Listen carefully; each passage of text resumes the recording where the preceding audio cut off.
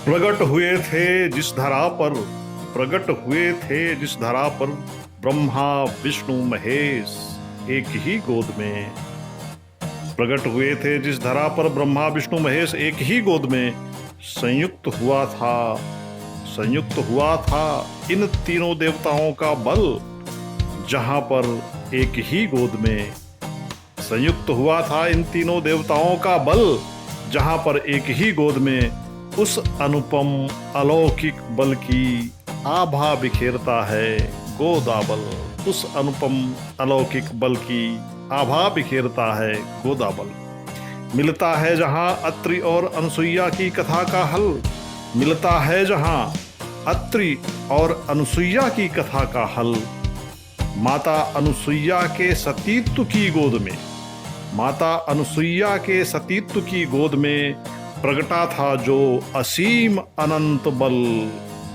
उसी अनुपम अलौकिक बल की आभा बिखेरता है गोदाबल। उसी अनुपम अलौकिक बल की आभा बिखेरता है गोदाबल। वह अलौकिक अनुपम अद्वितीय दैविक बल, वह अलौकिक अनुपम अद्वितीय दैविक बल, जिसके समक्ष फीके पड़ते हैं समस्त दैहिक और भौतिक बल।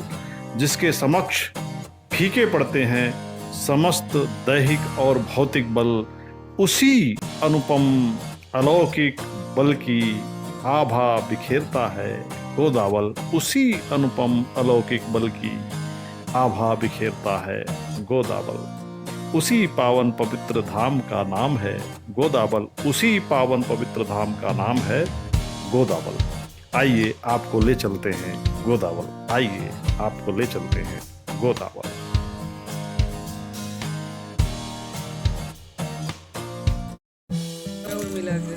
यूट्यूब चैनल नमस्ते टू लाइफ में आपका स्वागत है। आज हम लोग गोदावल मंदिर आए हैं। ये व्यवहारी से 2 किलोमीटर की दूरी में है। यहाँ पे शंकर जी का बहुत ही प्रसिद्ध मंदिर है और यहाँ दुर्गा माता का भी मंदिर है। और यहाँ पे पीछे शंकर जी का जो मंदिर देख रहे हैं आप, इसके पीछे कुंड है। वहाँ हमेशा 12 महीना पानी रहता है और यहाँ पे 14 जनवरी को 7 दिन का मेला लगता है और यहाँ बहुत ही भीड़ होती है। जय भोले बाबा। जय भोले बाबा, जय भोलेनाथ। गोदाबल शब्द की उत्पत्ति की पृष्ठभूमि में एक बहुत ही महत्वपूर्ण पौराणिक गाथा जुड़ी हुई है। वाल्मीकि रामायण के अनुसार माता कैकेयी ने राजा दशरथ से 2 वरदान मांगे थे।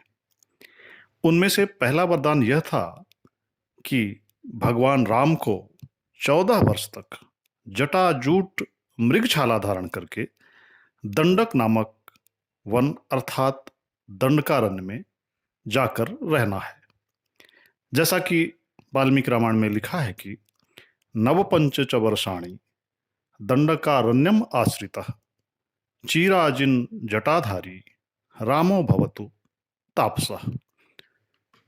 दरअसल गोदावल का क्षेत्र रामायण काल अर्थात त्रेता युग में दंडकारण्य का हिस्सा था।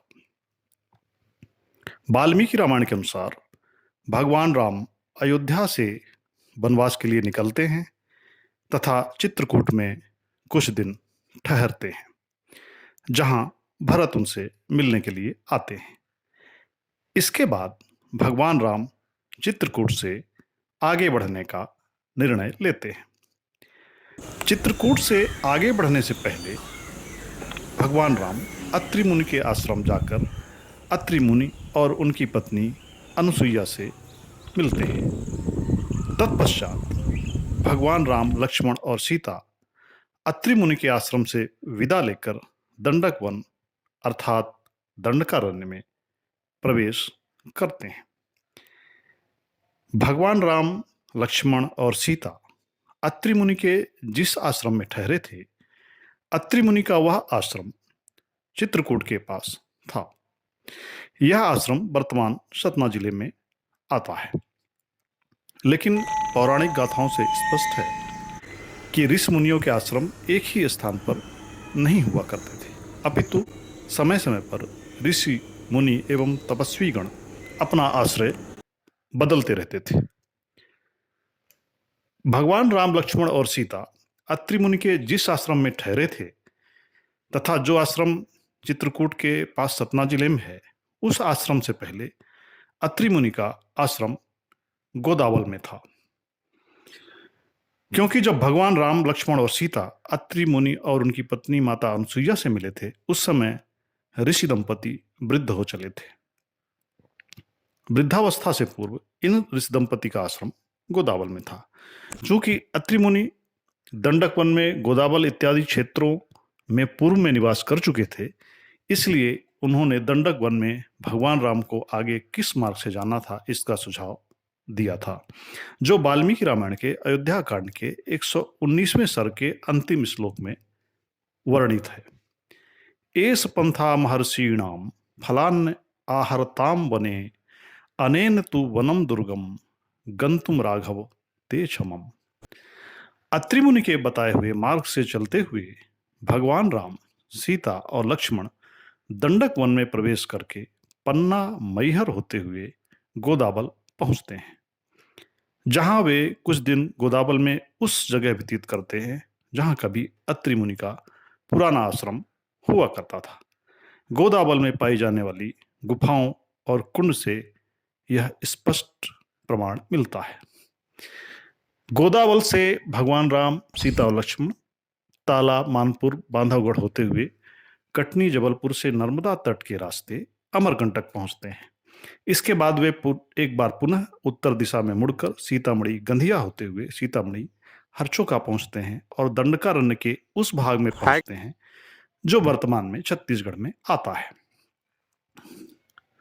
गोदावल स्थित अत्रि मुनि के पुराने आश्रम में ही भगवान राम, सीता और लक्ष्मण के वनगमन से पहले ब्रह्मा, विष्णु और महेश ने माता अनुसुईया के पतिव्रत धर्म की परीक्षा लेने का प्रयास किया था। इसी प्रयास के दौरान सतीत्व की शक्ति से माता अनुसुईया ने तीनों देवताओं को नवजात शिशु के रूप में परिवर्तित कर दिया था। इन तीनों नवजात देवताओं को माता अनुसुईया ने गोदावल में ही अपनी गोद में खिलाया था एवं पालने में झुलाया था। इसीलिए कहा जाता है, माता अनुसुईया ने डाल दियो पालना, खेल रहे तीनों देव बन करके लालना। तो यह है गोदावल धाम का परिचय तथा गोदावल शब्द की उत्पत्ति की संक्षिप्त कहानी। लेकिन इस पावन पवित्र धाम की महिमा शब्दों में बखान नहीं की जा सकती। इस दिव्य पावन धाम की दिव्यता का आभास पाने के लिए तथा यहाँ निकलने वाली दिव्य शक्ति के माध्यम से तन बल, धन बल प्राप्त कर अपना मनोबल ऊंचा करने के लिए एक बार आप भी पधारिए गोदावल। जय शिव शंभु, हर हर महादेव, जय जय सिया राम।